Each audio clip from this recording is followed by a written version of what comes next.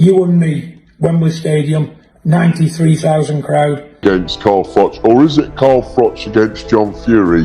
It's got to be Wembley Stadium. Following John Fury's recent criticism of Carl Froch for raising doubts about the Gypsy King's background, the former British world champion responded by subtly mocking Fury for taking on such a significant position, but said that it's all talk when it comes to fighting and getting called out. Since you've been out the nick, you've not had a fight with anybody.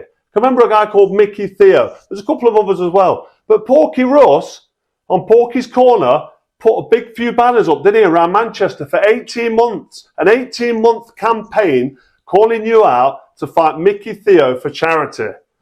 You went silent. The big hard man, 100 on the hard road. The fighting man. Didn't want to fight. Didn't want any of that smoke. So, pipe. This is pretty funny considering how loud-mouthed John Fury can be. Obviously, this is all in response to Tyson Fury's highly anticipated fight with Alexander Usyk being rescheduled for May 18th because of a terrible cut.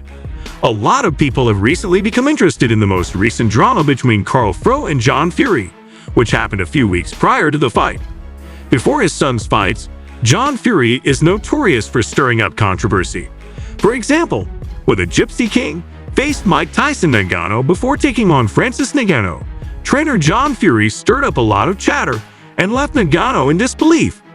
Make sure you subscribe to the channel and turn on the post notification so you never miss any future videos from combat sports world boxing analyst Carl Froch, a former super middleweight world champion who recently sparked controversy by criticizing Tyson Fury's boxing record.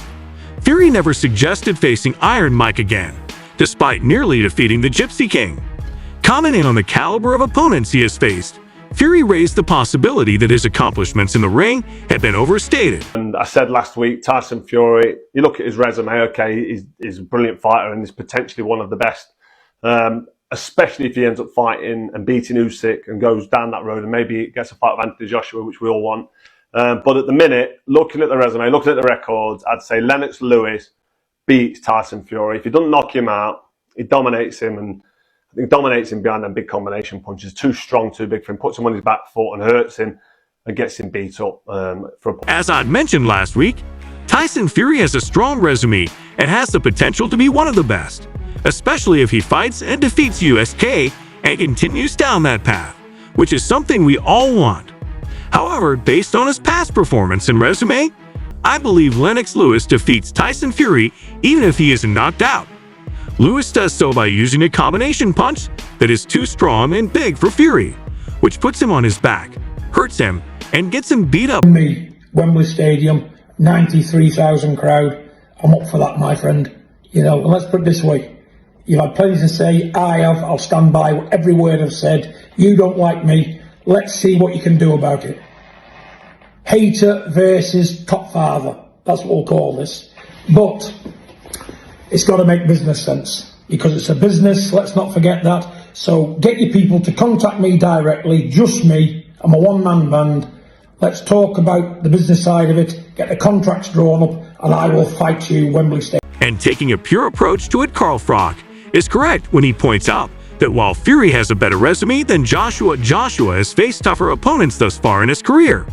Additionally, Fury's victories, such as his trilogy against Deontay Wilder, which stands as a career highlight, and his victory over Vladimir Klitschko, which ended the heavyweight champion's lengthy reign, are subtly mean 93,000 spectators at Wembley Stadium, my friend.